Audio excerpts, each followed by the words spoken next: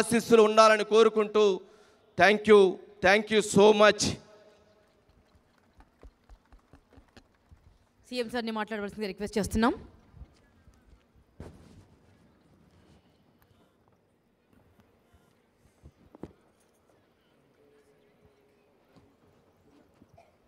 అందరికీ నమస్కారాలు.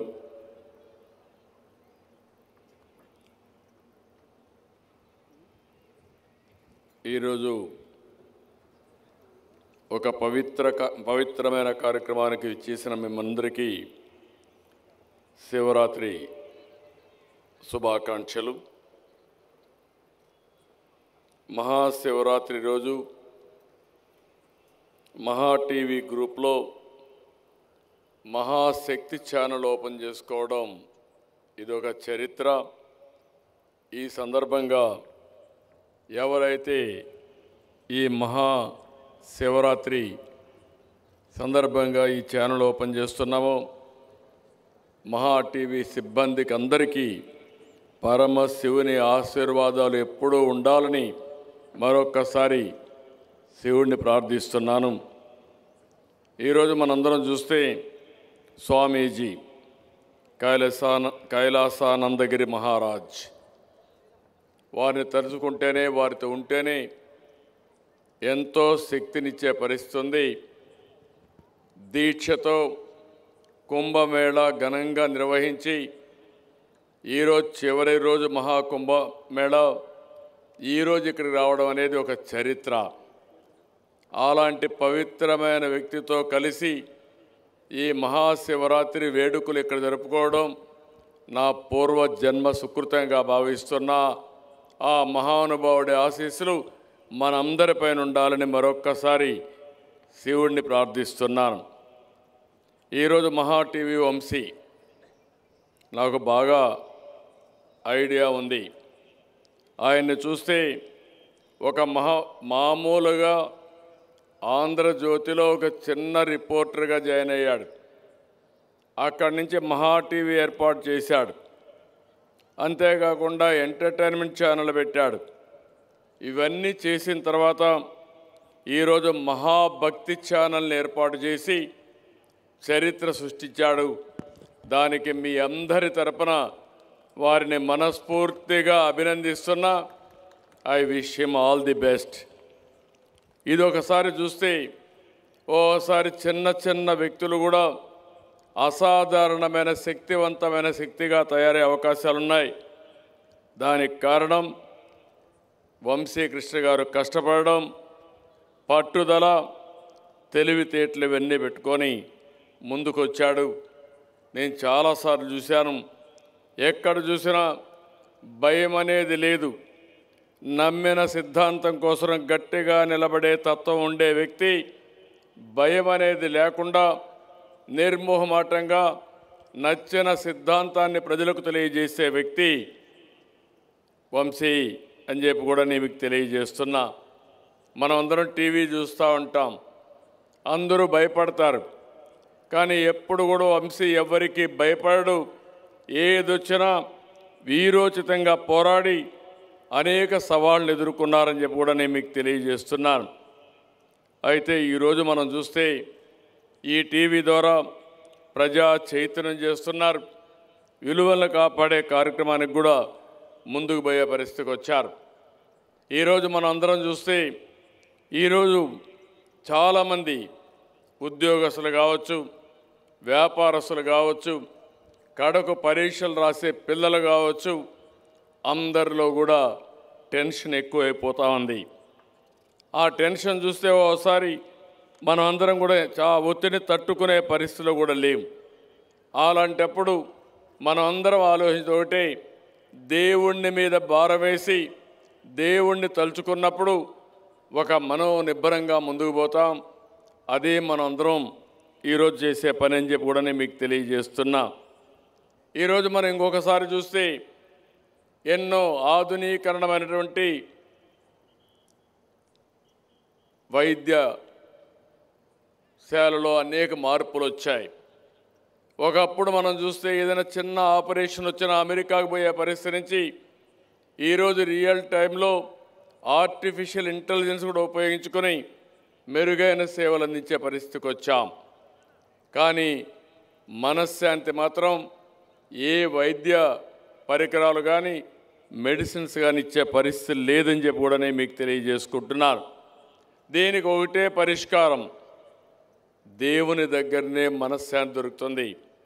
టెక్నాలజీలో మనం ముందుకు పోతున్నాం, లేకపోతే మెడికల్లో ముందుకు పోతున్నాం. ఈరోజు ప్రతి ఒక్కరు కూడా వినూత్నంగా ఆలోచించి అనేక కార్యక్రమాలు చేస్తున్నారు. కానీ అల్టిమేట్గా దేవుని మీద భారం వేస్తున్నాం. ఆ దేవుడే మనం నడిపిస్తున్నాడు. ఈరోజు మిమ్మల్ని అందరినీ చూస్తున్నాను. వచ్చినప్పటి నుంచి ఎంత భక్తిభావంగా ఉన్నారంటే శివుని ధ్యానంలో పరవశించే పరిస్థితిలో ఉన్నారు. అలాంటి వాతావరణం ఇక్కడ క్రియేట్ చేసిన మహా టీవీ వంశీ గారిని, వారి సిబ్బందిని మనస్ఫూర్తిగా అభినందిస్తున్నా. అలాంటి కార్యక్రమాలు ఇక్కడ చేపట్టారు. ఈరోజు ఒక విషయం మనం గుర్తుపెట్టుకోవాల్సిన అవసరం ఉంది.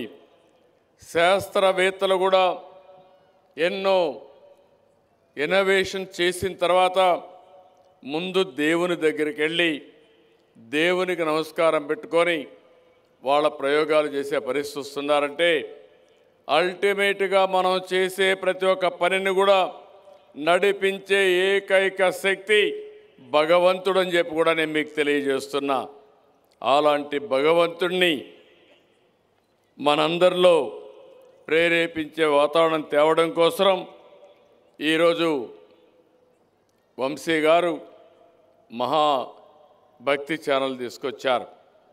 నాకు ఏమాత్రం అనుమానం లేదు, ఈరోజు ఈ యొక్క మహాభక్తి ఛానల్ ద్వారా రాబోయే రోజుల్లో దైవ సంకల్పాన్ని ప్రతి ఒక్కరిలో ప్రేరేపించడమే కాకుండా ఎంతోమందికి భక్తి భావాన్ని ప్రేరేపించి తద్వారా మానసిక ఆనందం కోసం ముందుకు పోయే పరిస్థితి వస్తుందని చెప్పి కూడా నేను మీకు తెలియజేస్తున్నా. ఈరోజు మనందరం ఒక్కసారి ఆలోచించుకోవాలి. ఒక మంచి జరగాలన్నా, ఒక కష్టంలో ఉన్నామన్నా భగవంతుని కోరుకుంటాం, భగవంతుడి మీద భారం వేస్తాం.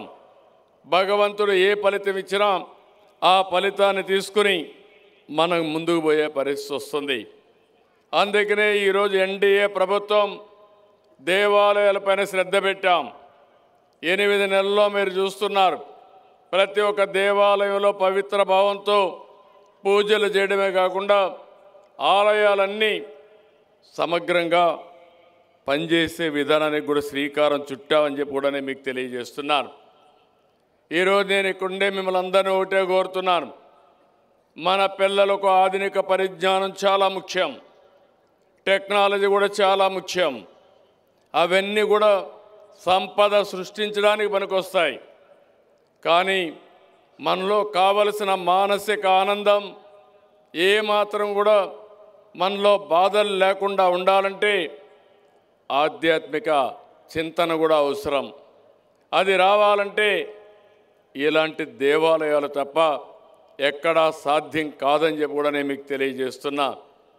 నేను చాలా కార్యక్రమాలకు వెళ్ళాను, కానీ ఈ ప్రశాంత వాతావరణం చూస్తూ ఉంటే నేను ఇటీవల ఎన్ని టెన్షన్లు ఉన్నాయో అన్నీ మరిచిపోయి మళ్ళీ ఒక శక్తిని తెచ్చుకొని ఇక్కడి నుంచి వెళ్ళే పరిస్థితికి వస్తా ఉందని చెప్పి కూడా నేను మీకు తెలియజేస్తున్నా. ఎందుకు నేను ఈ మాట అన్నానంటే ఇటీవల మీరు అందరూ చూస్తున్నారు, ఆర్థిక ఇబ్బందులు ఇంత మునుపు యాంకర్ గారు చెప్తున్నారు. ఒక పక్క మీరు మా మీద ఎన్నో యాస్పిరేషన్స్ పెట్టుకున్నారు. నిన్నే మా మిత్రుడు పవన్ కళ్యాణ్ గారు కూడా ఇక్కడికి వచ్చి ఇక్కడ ఇనాగరేట్ చేసి వెళ్ళాడు. ఈరోజు మేము ఒకటే ఆలోచిస్తున్నాం, అటు కేంద్ర సహకారం కూడా తీసుకుంటున్నాం. ఈరోజు మీరందరూ నా మీద, పవన్ కళ్యాణ్ గారి పైన, నరేంద్ర మోడీ గారి పైన నమ్మకం పెట్టుకుని అచంచలమైన గెలుపునిచ్చారు. ఆ గెలుపు నా జీవితంలో ఎన్నో ఎన్నికలు ఫేస్ చేశాం, కానీ ఈసారి ఒక హిస్టారికల్ ఎలక్షన్ జరిపించే పరిస్థితికి వచ్చారు. అదే సమయంలో ఈ ప్రభుత్వం పైన మీరు ఎన్నో ఆశలు పెట్టుకున్నారు, మీ జీవితాల్లో వెలుగు తేవాలనుకున్నారు. అందుకే నేను హామీ ఇస్తున్నా, భవిష్యత్తులో ఇంకా కష్టపడతాం. ఈరోజు మహాశివరాత్రి, శివుణ్ణి కూడా నేను ఒకటే సంకల్పం అడిగాను. ఈ రాష్ట్రంలో పేదరికం లేకుండా ప్రతి ఒక్కరూ ఆనందంగా ఉండాలి, సంపద సృష్టించే పరిస్థితి రావాలి, ఆనందం ఆరోగ్యం ఇవ్వాలని 5,20,00,000 మందికి ప్రసాదించమని శివుణ్ణి కోరాను. అదే సమయంలో భారతదేశం మంచి దేశంగా, సుసంపన్నమైన దేశంగా ఉండేట్టుగా ఆశీర్వదించమని కోరాను. దీనికంటే నాకేం కోరికలు లేవు, మీ ఆశీస్సులు ఉన్నాయి, భగవంతుడి ఆజ్ఞ ఉంది.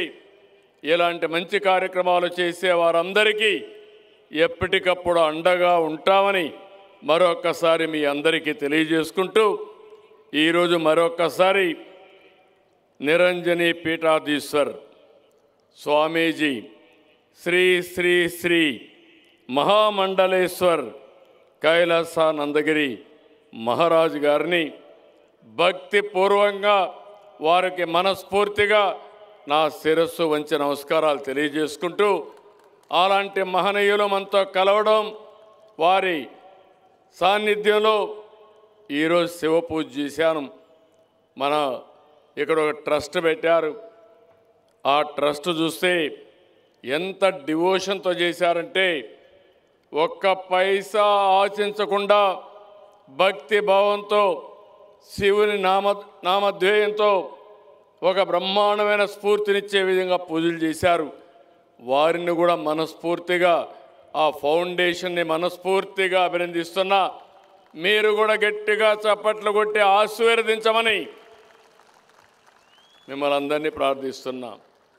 మరొక్కసారి వంశీ గారిని అభినందిస్తూ, ఆయన చేపట్టిన ఈ మహా భక్తి ఛానల్ భవిష్యత్తులో ఎంతో మందిలో భక్తి భావాన్ని ఇవ్వడమే కాకుండా మానసిక ఆనందాన్ని ఇచ్చే విధంగా ఈ ఛానల్ ముందుకు పోవాలని కోరుకుంటూ, ప్రభుత్వం తరపున ఒకటే హామీ ఇస్తున్నా, ఎవరు మంచి పని చేసినా వారికి అండగా ఉంటాం.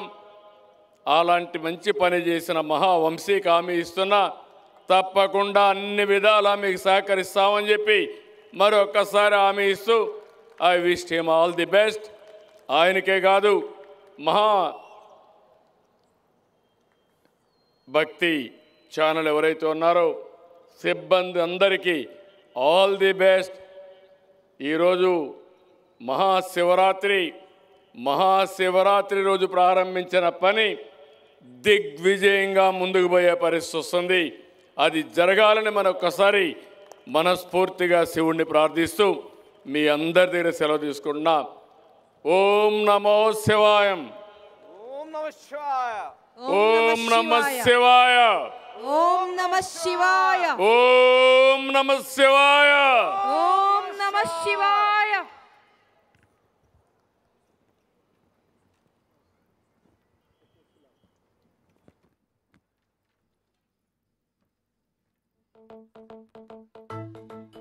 ఇప్పుడు శ్రీ మహామండలేశ్వర శ్రీ శ్రీ శ్రీ కైలాసానంద గురూజీ మహారాజ్ని మాట్లాడవలసిందిగా రిక్వెస్ట్ చేస్తున్నాం.